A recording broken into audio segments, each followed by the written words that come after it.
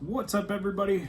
My name is Rob with TCG Odyssey, and this is a channel all about One Piece. I want to talk to you about my journey coming into collecting One Piece cards and what it means to me. And then finally, I'll just wrap up this first video here, just opening up a double pack of OP-11.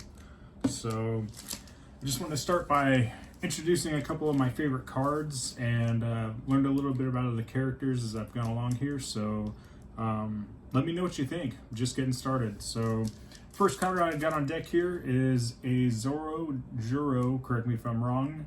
I really like this card because it's a treasure rare. Learned a little bit about treasure rares, and I don't see too many of them out there. I do also have a couple Luffy treasure rares, but those are currently off being graded. So on to the next. I have a Nami, also treasure rare.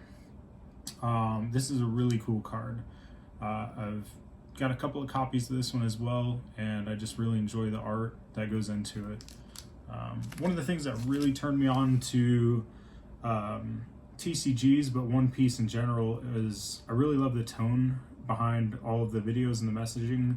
It's very positive and just really uplifting. So I thought that was cool, and I heard that the gem rate for grading was somewhere around 90%, which is amazing if you compare it to something like a Panini or other sports card manufacturers that you see. All right, so this guy is one of the versions of the Gear 5 Luffy.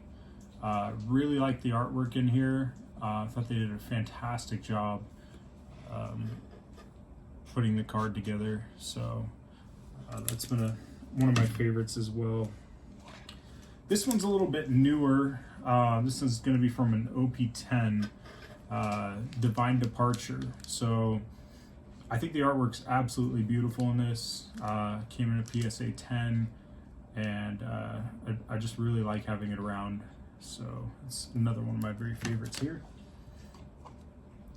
The next one is one of two versions. The version that I'd really like to get is the autograph version, but this is Luffy, and I think it's a 2022 or 2023, sorry, for ST01. So those are standard deck sets. This one here I really like a lot. It's a Capone card. It looks like that's my Great Dane, by the way, saying hi. It looks like it's a card that was an exclusive from Japan. I haven't seen a lot of these as I've been searching around, so I really thought that this version was really cool. I don't even think it's an alt art, but I just really like the artwork in it, so I had to get a couple of copies of those, and just a really beautiful card. Sorry about the light there. All right. Then one of my last here is going to be a 2022 Luffy. It's a championship. So you can see it's a championship One Piece if you look there. Also came back in a PSA 10. Really like the artwork here. It's kind of that hollow foil feel, and I just think they did a phenomenal job. So these are just a couple of my cards. If you like my content, I'd be happy to share a little bit more about my experience opening cards, learning about One Piece. It's just been a fantastic journey for me. Originally, I started collecting sports trading cards, and there were a few things that I learned with that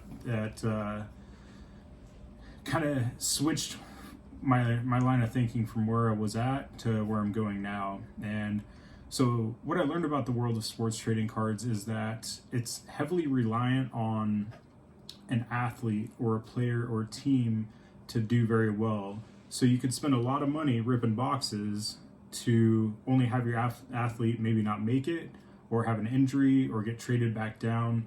And so there's a lot of volatility and a lot that has to happen in order to get your one rookie card to take off. And when it does, it happens to be pretty great a lot of times, but sometimes you just end up left holding the bag. And so I'm currently trying to transition about a little bit of my personal collection as far as sports cards and get more into the world of One Piece. Additionally, I also did some searching around, and this is how I arrived at One Piece. I'm kind of a researcher, a little bit of a nerd by heart, and I'm trying to become more of a nerd too. But one of the things that I learned is that, and what drew me to One Piece so much was, I see the types of movies that are being made, and we have movies like Fantastic Four that are being put out, and we've really gone through the Marvels and etc. Throughout the years. But what it seems like is happening lately is that they're taking manga comics and turning them into something a little bit bigger. So with One Piece, what was exciting about that was that they already had a Netflix special that did incredibly well. Their first season actually did more views in 84 countries, which beat the previous other two shows, which were Stranger Things and Wednesday. And One Piece was able to beat those shows out. So that tells me that it's really starting to have a strong hold on the media industry, and it's something that I believe Netflix would like to adopt because it's something that's already very well established. Not to mention the TCG world is pretty heavily established now too, and I'm seeing a lot of card shops actually open up larger sections for TCG games and tournaments. So all of that being said, that's kind of how I ended up roughly to where I'm at now. I did learn some cool little tricks along the way, probably stuff that many of you know, but I'd like to share them just in case you're new like myself. So let's get started. So I was over at Barnes & Noble and I picked up a double pack One Piece. This is the OP-11. It sounds like they have some pretty good pulls in it, so I'm looking forward to seeing what they have, and I hope you enjoy it too. So without further ado, everybody's got their interesting cut tool, so here's mine. And by the rules, gotta cut that X. Alright, get it unopened here real fast, and then we'll see what we got. I've really been enjoying a lot about learning about the different characters, and I just love that as I watch the Netflix show, I'm seeing like Luffy change people's lives because he's just so overwhelmingly positive, and he almost like what he's doing is infectious, and I just think that there's something so beautiful about that, and the artwork on these is just so fantastically done. Better than if I held it up to any of my other sports cards, it would put them to shame. The quality control with Japanese cards is just second to none. So really enjoying One Piece a lot. I've really spent way too much time researching and getting to learn about the different characters and the cards that are kind of common for right now. So here we go. So we got the box and a couple of packs here. So got a double pack, and then these are Dawn cards. So if you again, I'm going to talk to newbies because that's pretty much where I'm at. So Dawn cards are basically, you need 10 of them. They act in a sense as like an energy or land card if you are more familiar with Magic the Gathering. So these basically work as your activating tools to get your characters to play in One Piece. And if you guys know more about this stuff than I do, please leave comments. I'm just trying to learn, be a student of this game too. So I would absolutely love the opportunity to learn how to play this game. I'm just getting started, so just trying to build that network out and see if I can learn a little bit. The one thing I'm not super crazy about with the packs on One Piece are that they're a little tougher to open than sports trading cards. Mild complaint, but it is one of my complaints. So typically what I've been doing is I just grab a massive set of scissors from my toolbox here, and I just cut very lightly along the top. And then I just kind of wiggle the corners and it opens it up pretty nicely here. So open the packs up and let's see what we have. Got an empty pack. So our first card is going to be Ben's. Just a base level. It's a pretty decent one.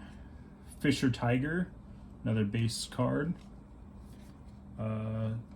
Kurozumi Orochi. So still learning the names, please correct me. Tashigi. I think that's a pretty cool print actually. One of everybody's favorites, Nico Robin. Got Pedro Ishili. I'm not too familiar with these. Mamboshi. Man, you guys are gonna blast me for this. Miss Surihibi.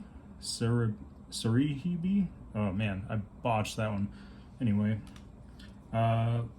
look what we got here. We have a leader, Monkey D. Luffy in the purple blue.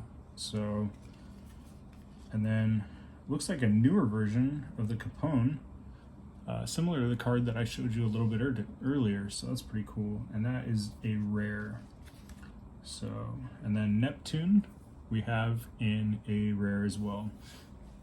While I'm here with these cards, I'll teach you how I sleeve cards. There's a particular brand of sleeves that I really like. The sleeves do make a difference, I've come to find out. It does usually pay to spend a little bit more money on your sleeves because they will help loading the cards. And loading the cards is important because if you have tight sleeves, then you're gonna have higher propensity to bend the edges. So I just like to give the sleeve a little wrinkle, and then I just put one edge in, and then followed by the other, and then I just slide it down. I really try and touch the cards pretty minimally, and then I take a top loader. Again, the quality of top loader that you buy does matter. I like a little bit higher quality top loaders because, as you can see, the cards just go in very nicely. And then to get it to the bottom, I just kind of deck it for a second. So that's what sleeving a card looks like. It's very simple. And then the reverse process, something that one of my friends showed me that works incredibly well that I'll share with, is how do you remove a card from a top loader? So what he taught me to do is you just hold the card like this, and then you hit your palms together, and as you can see, it'll just bring the card right out, and you don't have to mess with grabbing the edges. So I really found that very useful as I was learning how to load cards properly, and I really enjoy that. So anyway, that's what a sleeve card looks like. All right, on to our next pack. Let's see what we got.